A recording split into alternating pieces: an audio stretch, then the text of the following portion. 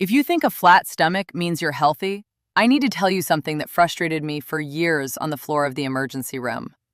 Some of the highest risk patients I ever treated did not look sick at all. They were slim, they were small. They would have told you with complete sincerity that they were fine, right up until the moment their body told a very different story. Because there is a type of fat that does not show up in the mirror, does not move the scale much, and wraps itself silently around your organs.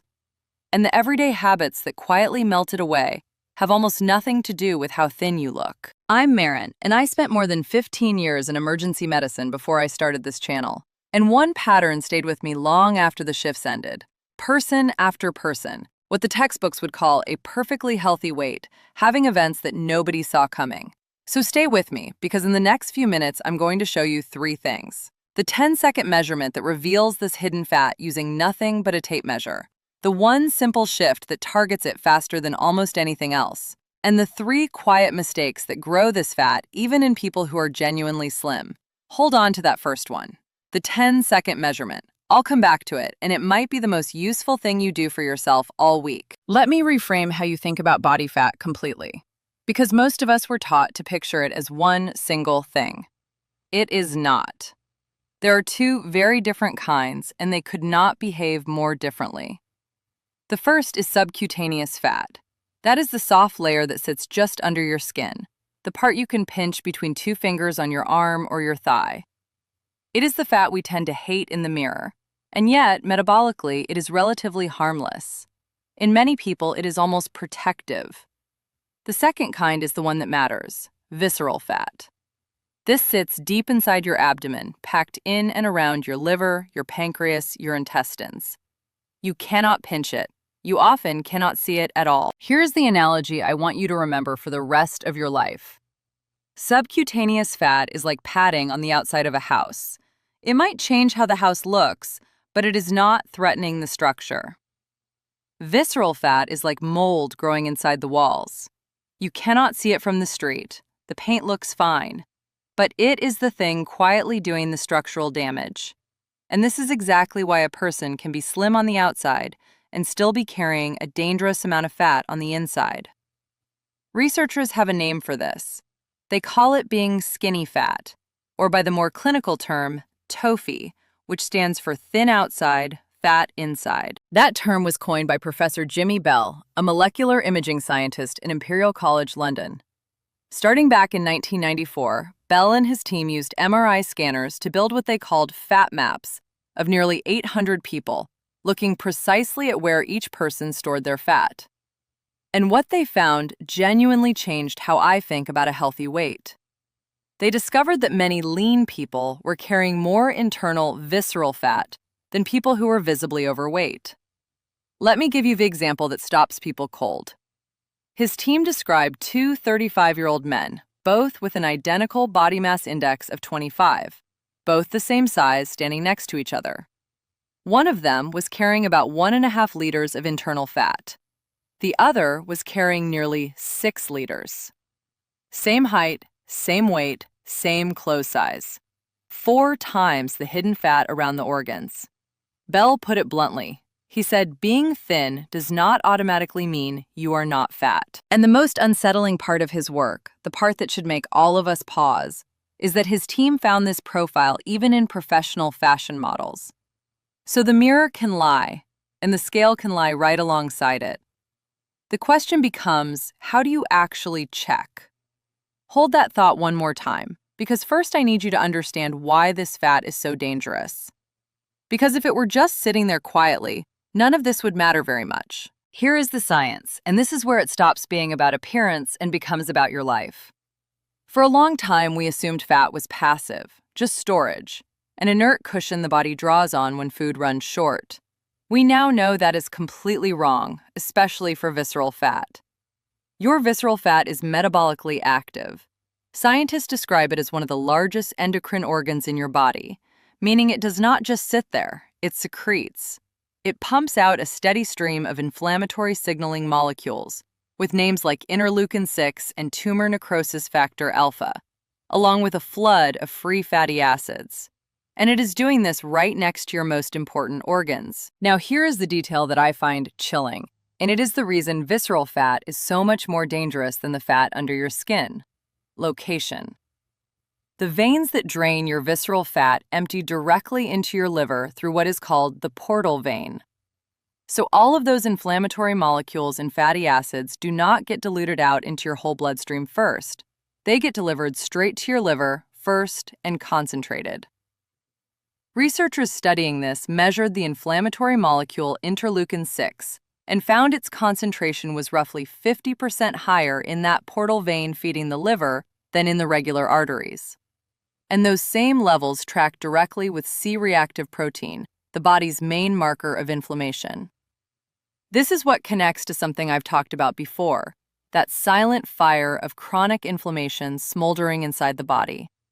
Visceral fat is one of its biggest sources. It is also a primary driver of insulin resistance, where your cells stop responding properly to insulin, which is the engine behind blood sugar spikes and eventually type 2 diabetes. Those same inflammatory markers, interleukin-6 and C-reactive protein, are independent predictors of both diabetes and heart attack.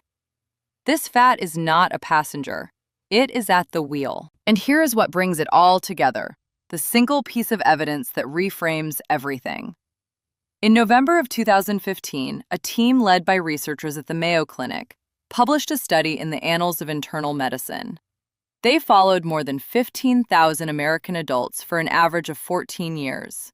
And they found that people with a normal body mass index but excess fat around the middle, exactly the TOFI profile, had the worst long-term survival of any group.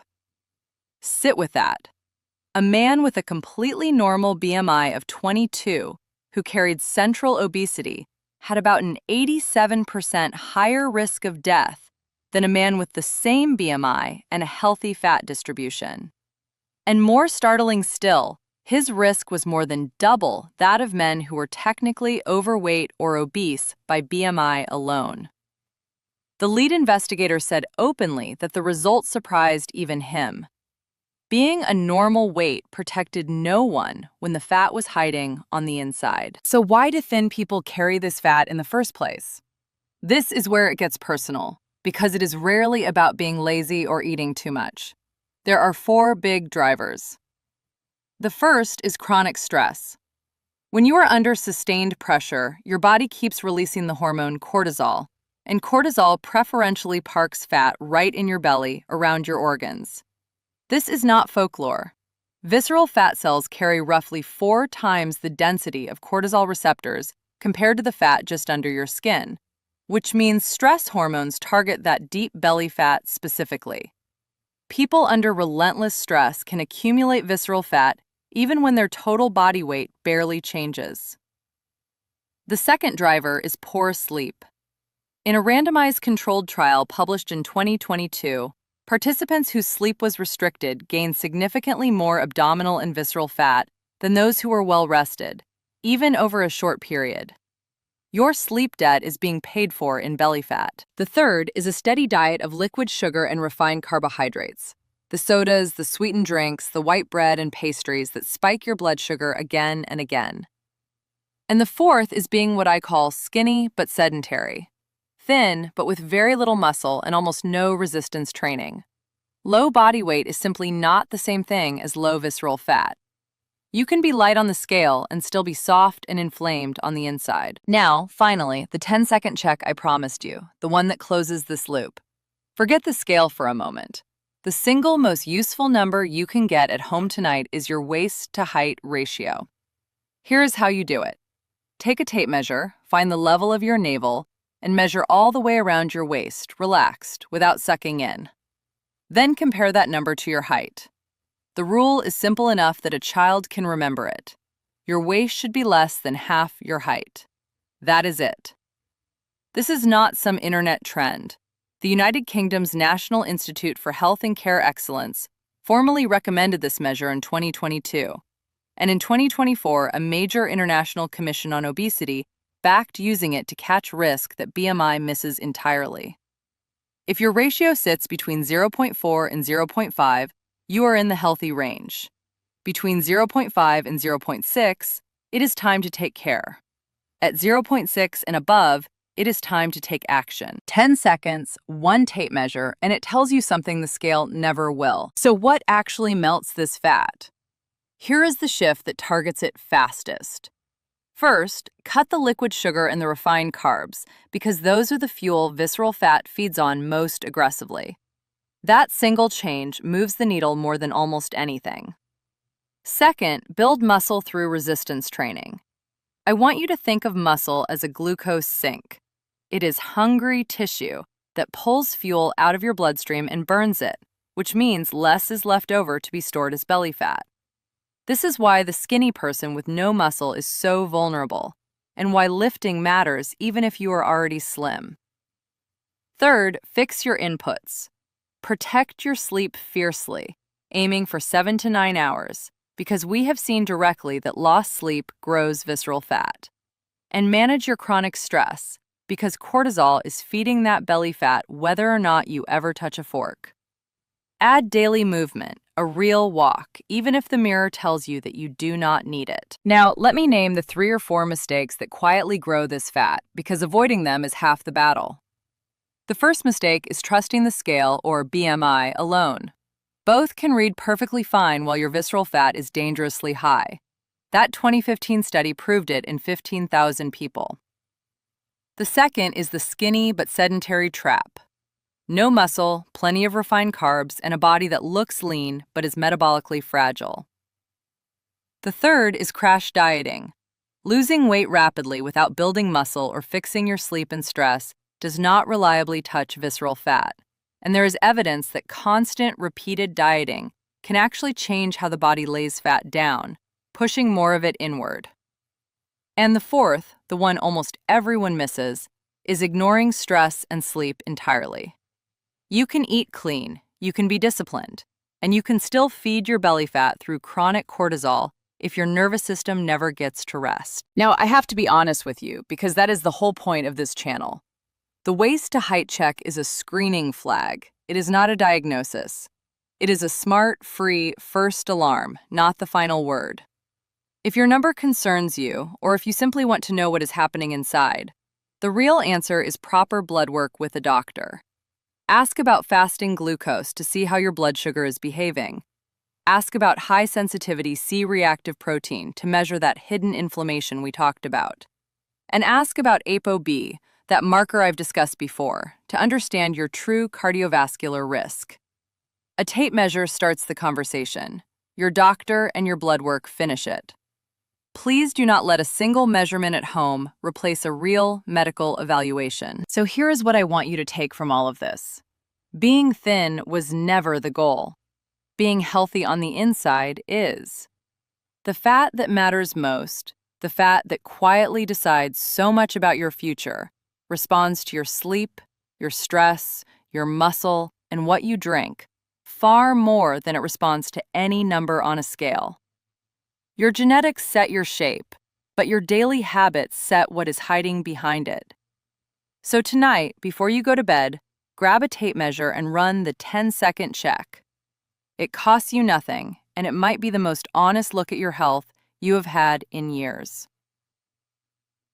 If any part of this surprised you, subscribe, because we go deeper on this every week.